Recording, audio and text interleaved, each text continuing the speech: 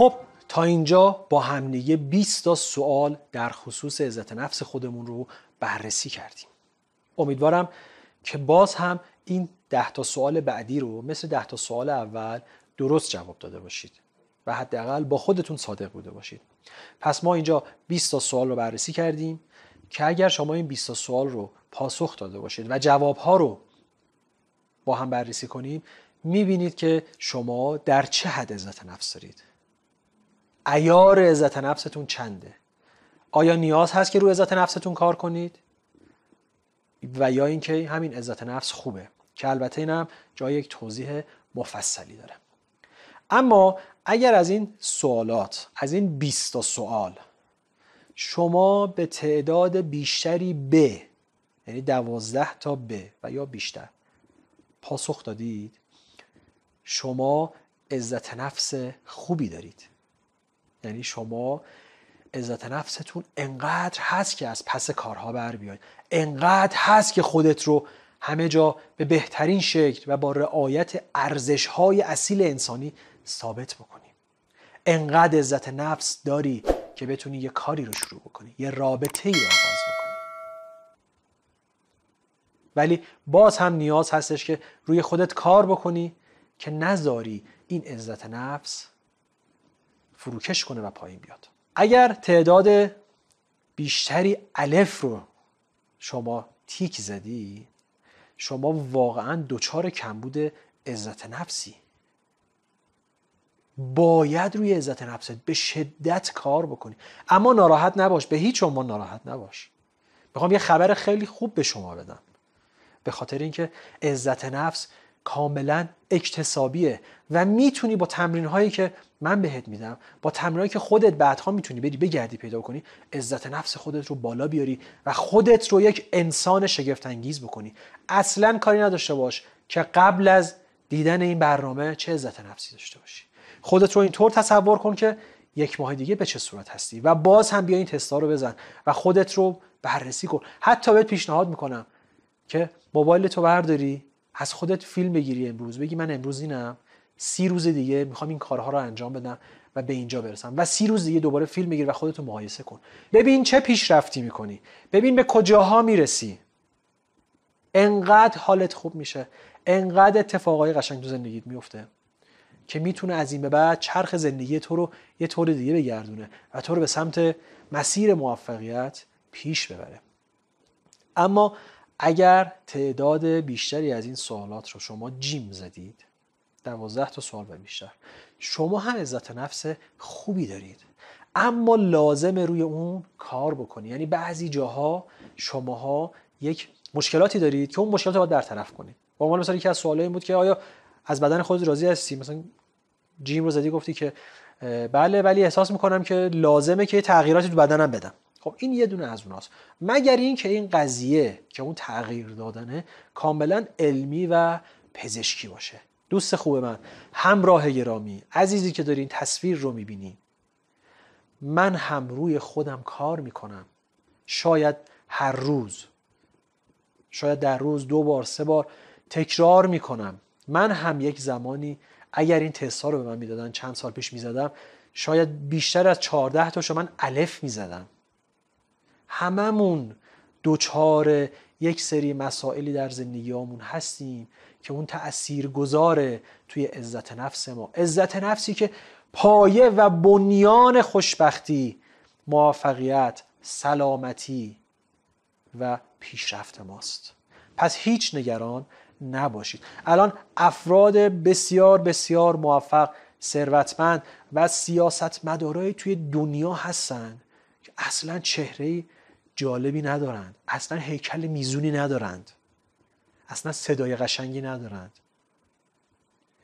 ولی چون خودشون قبول دارن، چون برای خودشون ارزش قائلن، با همون شکل و شمایل، با همون هیبت داره کاری میکنه کارستون، چون به خودش باور داره، چون خودش رو قبول داره هر جوری که هست، چون خودش رو پذیرفته. بابا این منم که خدا منو آفریده، که اشرف مخلوقات خودش قرار داده و به من کرامت داده. خدا توی قرآن میگه ولقد کرمنا بنی آدم. من به آدم کرامت دادم، دیگه از این بالاتر چی میخوای تو؟ از این بالاتر که خدا تو رو یک موجود شگفت انگیز آفرید و فرستاد تو این کره خاکی، گفت حالا برو خودت رو بساز و دوباره معراج کن بیا پیش من. چقدر از این آدم رو دور و برتون دیدید؟ چقدر آدم باید دیدید که تو زندگیشون چندین بار شکست خوردن اما بلند شدن با اقتدار، با قدرت ادامه دادن مسیرشون رو. اونم یه زمانی عزت نفس نداشت. شاید یه زمانی یه آدمی عزت نفس خیلی خوبی داشته باشه، به خودش متکی باشه، خودش رو باور داشته باشه، تو همه کارا موفق باشه، اما یک شکست، اما یک ورشکستگی، یک بدهکاری، یک جدایی، یک از دست دادن عزیز باعث بشه که اون دوچار لطمه بشه. اینو گفتم به خاطر اینکه بدونید عزت نفس ما، اگر هر 20 سوالت هم بزده باشی، عزت نفس ما در معرض خطره. آدم‌هایی هستند که نمیخوان تو عزت نفس داشته باشی. اتفاقهای ناخوشایندی میفته که تو بانیش نیستی، تو مسئولش نیستی، ولی تأثیر میذاره تو زندگی تو، باعث میشه تو شکست بخوری، باعث میشه تو بریزی. اما اگر هوشیار باشی، اما اگر همیشه خودت رو بسنجی، معیار خودت رو بررسی کنی، چک لیست رو بذاری جلوت، بگی من امروز الف بودم شدم جیم، الان ب، پس میتونم بهتر بشم، میام بالا، خودم رو رشد میدم، خودم رو گسترش میدم، به خاطر اینکه من ارزشمندم.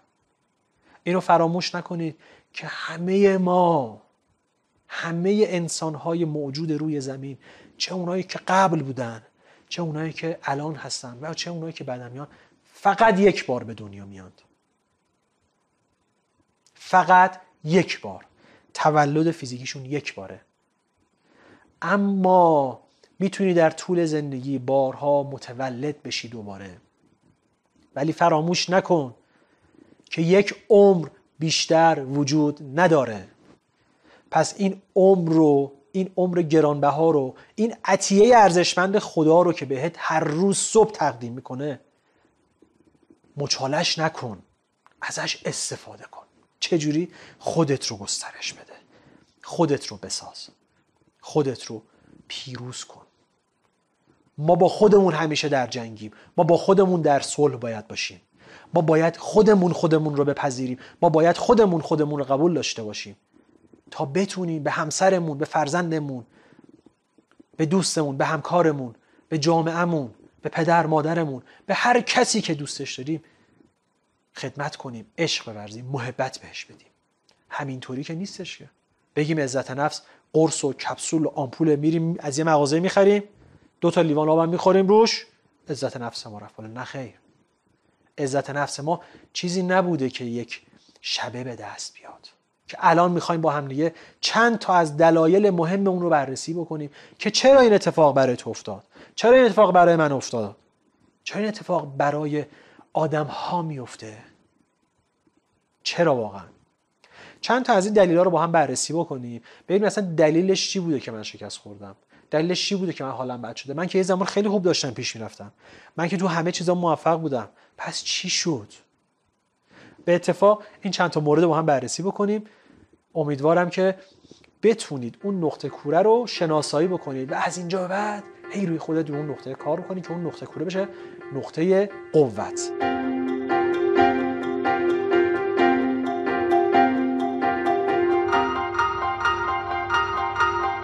یکی از اون دلایلی که همه آدم‌ها تو زندگیشون دوچارش شدن برمیگرده به دوران کودکیمون.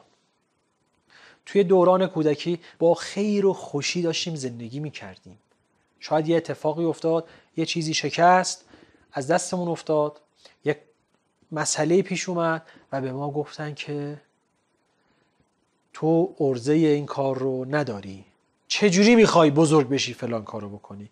یه لیوان نتونستی بیاری، یه چایی نتونستی بریزی، یه بشقاب نتونستی برداری بیاری درست، دفترتو درست نمیتونی نگه داری. بچه، تو دوران کودکی ما این حرفه، این صحبته رفت توی وجود ما رخنه کرد و نشست برای بار اول و ما جدیش نگرفتیم، مقاومت کردیم، گفتیم نه، از قصد که نکردم، نمیخواستم این اتفاق بیفته. تا اینکه بار دوم، بار سوم و بار چندم همین حرفا رو به ما زدن.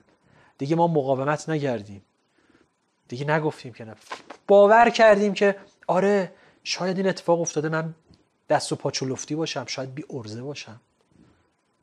و این رفت توی وجود ما نشست تو دوران بچگی. اون پدر مادرم قطعاً نمیخواستن کاری بکنن که تو عزت نفست بری زیر سوال. نمیدونستند، چون اونها هم آموزش ندیده بودند.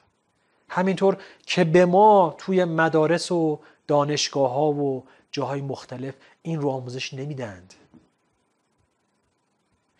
اما بعد از دوران کودکی که وارد مدرسه شدیم، اتفاق بعدی توی مدرسه برای ما افتاد. هممون توی مدرسه سر کلاس های نشستیم که جمعیت زیادی داشته.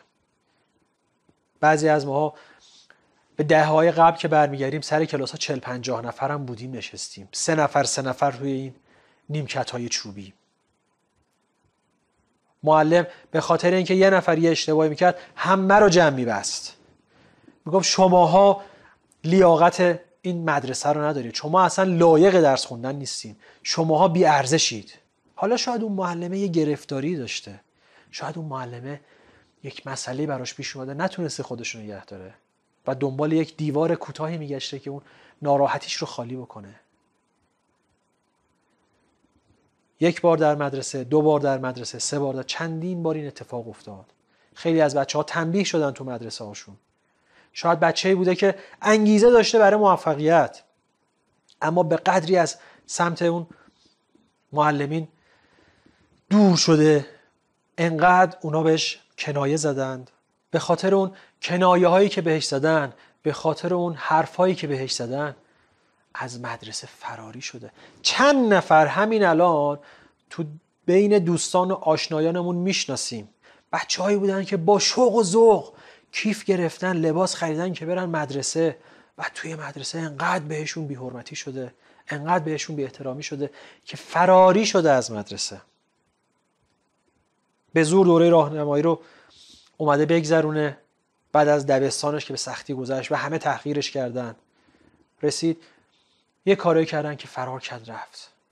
چند نفر دور و برمون میشناسیم، خیلی هستند. و این برمیگرده به خاطر اون عدم آموزشی که اون اشخاص دیدن. شاید اون معلم نمیخواست که واقعا این اتفاق بیفته. اگر میخواست که دیگه واویلا. بعد از اون ما وارد دانشگاه میشیم، یا آقایون وارد خدمت مقدس سربازی میشن. وقتی که وارد سربازی شدن، رفتن که دوره مقدس سربازی رو بگذرونن، از همون دم در ورودی پادگان شروع میکنن اینا رو خورد میکنن، میریزن پایین. تخریب شخصیت صورت میگیره، اینا رو له میکنند به خاطر اینکه میگن آقا غرور این جوان باید شکسته بشه که بتونن همه یک دست بشن، بتونه زندگیش رو ادامه بده، بتونه از مملکتش دفاع کنه. از یک نظر این کار خیلی خوبه، چون همه یه جور میشن، دیگه فقیر و غنی اون وقت نداره. ولی از این بابت که اون عزت نفس این جوان خورد میشه، شکسته میشه و میریزه پایین، خوب نیست. باید اون جوان که اومد بیرون بپذیره، یا تو همون شرایط هست بپذیره که این برای همه هست. پس من هم خودم رو حفظ میکنم و خودم برای خودم ارزش قائل میشم. و بعد از اون دوران میبینید که یه سری از افراد به موفقیت خیلی خوب میرسن و یه سری دیگه نه.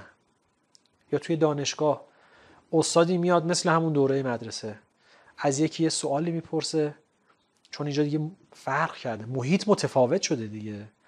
اونجا فقط پسرها و یا دخترها سر کلاس بودن، ولی توی دانشگاه دیگه این جمعیت با هم سر یک کلاس نشستن.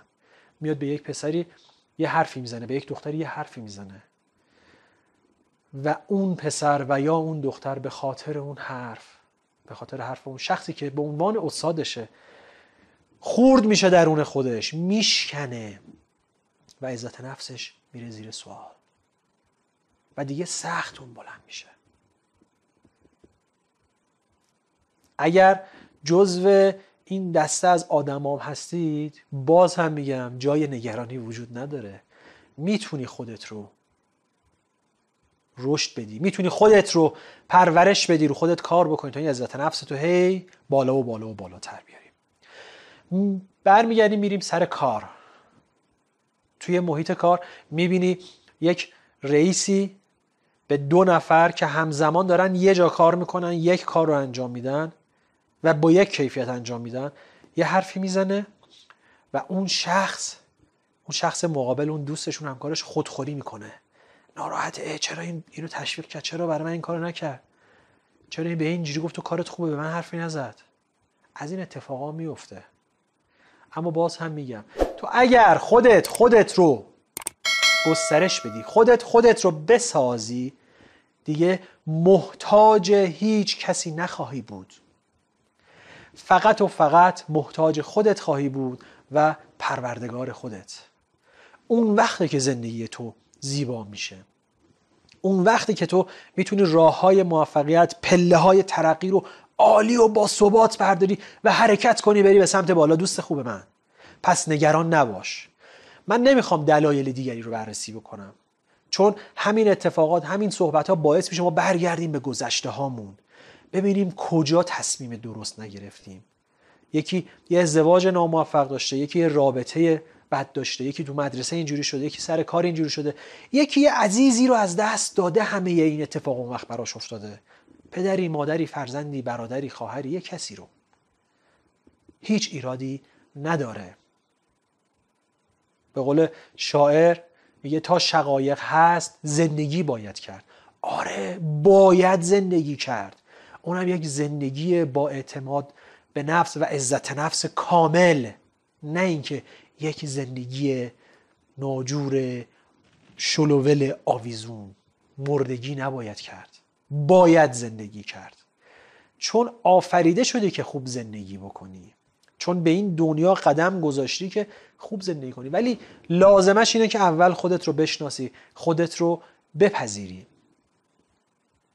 پس یکی از کارهایی که باید انجام بدی اینه که به هیچ عنوان محتاج تایید دیگران نباشی. خیلی از آدما هستن میخوان برن خرید، سختشونه جنس بخرن، از این مغازه تو اون مغازه، از این فروشگاه تو اون فروشگاه، تو این سایت اینترنتی تو اون سایت اینترنتی. آخرش هم نمیتونن کاری بکنن. حتما باید یه اکیپ دورشون باشه یا رفیقشون باشه یا اینکه براش عکسو بفرستن، خوبه اینو بخرم، به من میاد، به من نمیاد، تا اونا تایید کنن براش. این خوب نیستا. فکر نکنید دارید یه کار میکنی. حالا بعضی وقتا خیلی‌ها میگن نه من میخوام بگم من این پولو دارم میخوام این کارو کنم، به دوستام نشون بدم. اینم نشون دهنده عزت نفس پایینه. پس محتاج تایید دیگران نباش. خیلی محکم، خیلی استوار، خیلی جاها باید نبگی. انقدر محکم نبگی که اون شخص، اون طرف مقابل جسارت دیگه به خودش به خرج نده که بیاد به تو یه پیشنهاد بده. شاید اون نهی که تو بگی تو رو از خیلی از چیزا نجات بده. آقای وارن بافت یک ثروتمند و سرمایه‌گذار معروف توی امریکاست. خیلی اسمش رو شنیدین. اگر هم نشنیدین در موردش برید تحقیق بکنید. خیلی جالبه. میگه من از 100 تا پیشنهادی که در طول روز شاید به من بشه، من به 99 تاش نمیگم. ببینید، باید همچین شخصیتی از خودت بسازی. حلاجی کنی توی ذهنت، بررسی کنی توی ذهنت، ببینی آیا این به دردت میخوره یا به دردت نمیخوره، بعد اون انجام بدی. به اون پیشنهاده یه جوری فکر بکنی.